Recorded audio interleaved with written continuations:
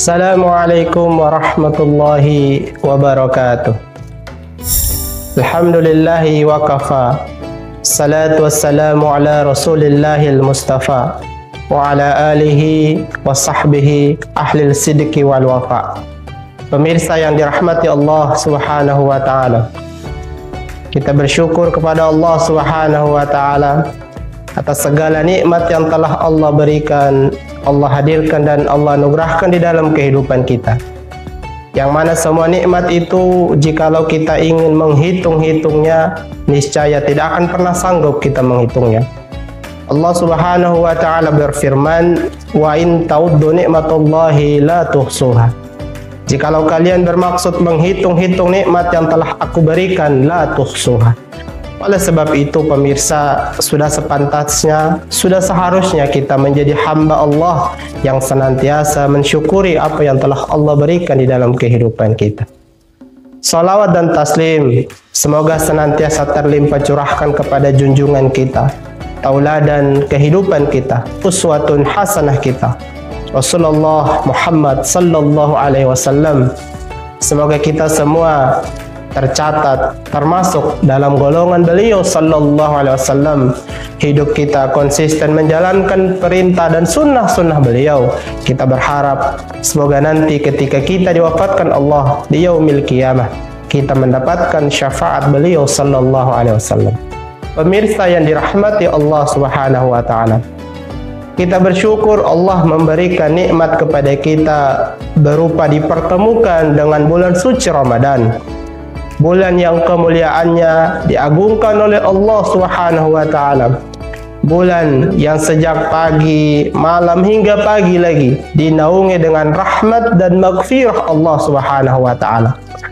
Maka segala macam ibadah yang kita lakukan di bulan suci Ramadan ini adalah ibadah yang pahalanya dilipat gandakan oleh Allah Subhanahu wa taala.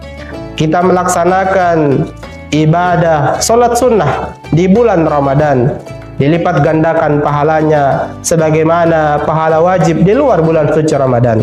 Apalagi ketika kita melaksanakan ibadah wajib, maka mudah-mudahan ini menjadi motivasi bagi kita semua, spirit agar supaya kita mengorbankan kehidupan kita, mengorbankan diri kita, mengorbankan waktu kita untuk memaksimalkan ibadah di bulan suci Ramadan. Karena apa? Kita tidak pernah tahu. Boleh jadi Allah Subhanahu wa taala memberikan Ramadan inilah Ramadan terakhir dalam kehidupan kita. Pemirsa yang dirahmati Allah Subhanahu wa taala, kita telah memahami bersama, mengetahui secara umum bahwa Allah Subhanahu wa taala memberikan perintah kita menjalankan ibadah puasa di bulan suci Ramadan adalah sebagaimana rangkaian Al-Quran yang Allah Subhanahu wa taala cantumkan, firmankan di dalam Al-Quran dari rangkaian surat Al-Baqarah ayat 183 sampai 185. Kewajiban tentang puasa Allah Subhanahu wa taala turunkan kira-kira menurut literatur yang kita baca, yang kita pelajari pada tanggal 10 Sya'ban tahun kedua Hijriyah. Artinya kalau saat ini kita berada pada tahun 1446 Hijriah, dikurangi 2 tahun ketika ayat ini diturunkan, maka sudah 1444 tahun kita menjalankan ibadah puasa. Dengan rentang waktu yang begitu panjang dan lama, maka ibadah puasa dapat kita kategorikan sebagai ibadah yang cukup tua. Bahkan di dalam beberapa catatan literatur sejarah kita menemukan fakta bahwa puasa ini telah Allah Subhanahu wa taala syariatkan sejak Nabiullah Adam alaihissalam. Sebagaimana Allah Subhanahu wa taala berfirman dalam Al-Qur'an surat Al-Baqarah ayat 183. A'udzu billahi minasyaitonir rajim. Bismillahirrahmanirrahim. Ya ayyuhalladzina amanu kutiba alaikumus siyam kama kutiba alal ladzina min qablikum la'allakum tattaqun. Allah memberikan pesan min qablikum. Ketika ayat ini diturunkan objeknya kepada Nabi Muhammad sallallahu alaihi wasallam, maka min qablikum, orang-orang sebelum Nabi Muhammad tentulah adalah para pendahulu beliau, para nabi, para rasul yang membawa risalah sebelum Nabi Muhammad. Siapa mereka? Nabiullah Ismail alaihissalam, Nabiullah Ibrahim alaihissalam. Berdasarkan satu kesalahan kecil yang dilakukan oleh istri beliau, Siti Hawa, kemudian menerima perjalanan takdir dikembalikan oleh Allah Subhanahu wa taala ke bumi. Pada saat itu kemudian Nabiullah Adam alaihissalam bermunajat, bertakarrub, bertalaki, memohon kepada Allah Subhanahu wa taala. Sebagaimana Allah Subhanahu wa taala berfirman, "Fatalaqqa Adam." Ketika Adam bertalaki, bermunajat kepada Allah Subhanahu wa taala, maka Allah Subhanahu wa taala kemudian mengabulkan permintaan Adam alaihissalam. Kemudian ketika permintaan dari Adam alaihissalam dikabulkan oleh Allah Subhanahu wa taala, kemudian sebagai bentuk pertaubatan badan, Nabiullah Adam alaihissalam kemudian melaksanakan puasa. Maka dari sini kita mendapati sebuah pelajaran, sebuah hikmah bahwa ibadah puasa adalah ritual, ritus ibadah yang dilakukan adalah sebagai bentuk pertaubatan badan, sebagai bentuk pertaubatan diri kita, jasmani kita, atas segala kesalahan-kesalahan yang dilakukan oleh diri kita. Padahal pemirsa yang dimuliakan Allah, Nabi Adam hanya melakukan satu kesalahan kecil, yang kesalahan itu pun tidak dilakukan langsung oleh Nabi Adam, tetapi dilakukan oleh istrinya. Tetapi sebagai seorang suami, sebagai seorang lelaki, sebagai seorang kepala rumah tangga, Nabiullah Adam merasa bertanggung jawab terhadap apa yang dilakukan oleh istrinya, lalu kemudian memohon ampun kepada Allah. Bagaimana dengan kita hadirin sekalian? Setiap detik, menit, jam, pergantian tahun, waktu yang berlalu, boleh jadi kita melakukan dosa-dosa, baik dosa kecil, dosa besar, dosa disengaja maupun dosa tidak disengaja. Maka telah sepantasnya lah kemudian Allah Subhanahu wa taala memberikan kesempatan kita untuk kemudian pertaubatan terhadap dosa apa yang telah kita lakukan. Pemirsa yang dirahmati Allah Subhanahu wa taala, kemudian berdasarkan riwayat-riwayat yang sahih dari hadis-hadis Nabi sallallahu alaihi wasallam, kemudian kita mendapati Rasulullah banyak sekali meriwayatkan hadis-hadis. Rasulullah sallallahu alaihi wasallam banyak sekali bersabda yang isinya adalah motivasi bagi kita, apa yang akan kita dapatkan ketika kita menjalankan perintah Allah Subhanahu wa taala berupa puasa.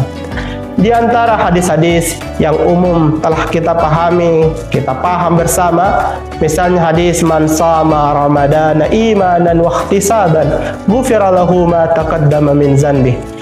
Dari hadis ini kemudian Rasulullah sallallahu alaihi wasallam memberikan pesan yang sangat kuat kepada kita. Barang siapa yang menjalankan ibadah puasa karena iman, hadis ini kemudian sejalan dengan ayat yang kemudian memberikan isyarat, ya ayyuhalladzina amanu. Allah Subhanahu wa taala memanggil, mengajak, menyeru kepada orang-orang yang beriman. Ini sekaligus menjadi jawaban hadirin sekalian pemirsa, bahwa jikalau di dalam kehidupan kita mendapati orang-orang yang mohon maaf sehari-hari kita tahu dia muslim, tetapi dia dengan sengaja tidak menjalankan ibadah puasa. Dia tahu bahwa puasa adalah sebuah kewajiban, tidak menjalankan puasa adalah haram dan dosa besar, tapi dengan sengaja realitas kehidupan masyarakat masih kita temukan orang-orang yang dia sehari-hari adalah seorang muslim tetapi tidak menjalankan ibadah puasa. Mudah-mudahan kita semua diberikan ampunan oleh Allah Subhanahu wa taala. Tentu secara pribadi hati kita merasa sedih, kita teriris-iris apabila kita menemukan fakta realitas orang-orang yang kita tahu saudara kita seiman, muslim, tapi tidak berpuasa. Tetapi memang realitas isyarat Al-Quran kemudian memberikan penjelasan bahwa puasa ini memang diwajibkan, diilhamkan, diperintahkan dengan panggilan kepada orang-orang yang beriman. Maka level orang yang menjalankan ibadah puasa adalah orang yang telah tercerahkan jiwa, hati dan nuraninya dengan iman dari Allah Subhanahu wa taala. Maka hadirin dimuliakan Allah Subhanahu wa taala, puasa seperti apakah yang kemudian dapat menghantarkan orang yang melaksanakannya mendapatkan ampunan dari Allah? Tentu saja rasa-rasanya hadirin sekalian, bukan hanya sekedar puasa, menahan lapar, minum, haus, dahaga, kemudian tidak berhubungan, ya. Tetapi puasa yang kemudian memberikan kesan dari nurani, memperbaiki hati.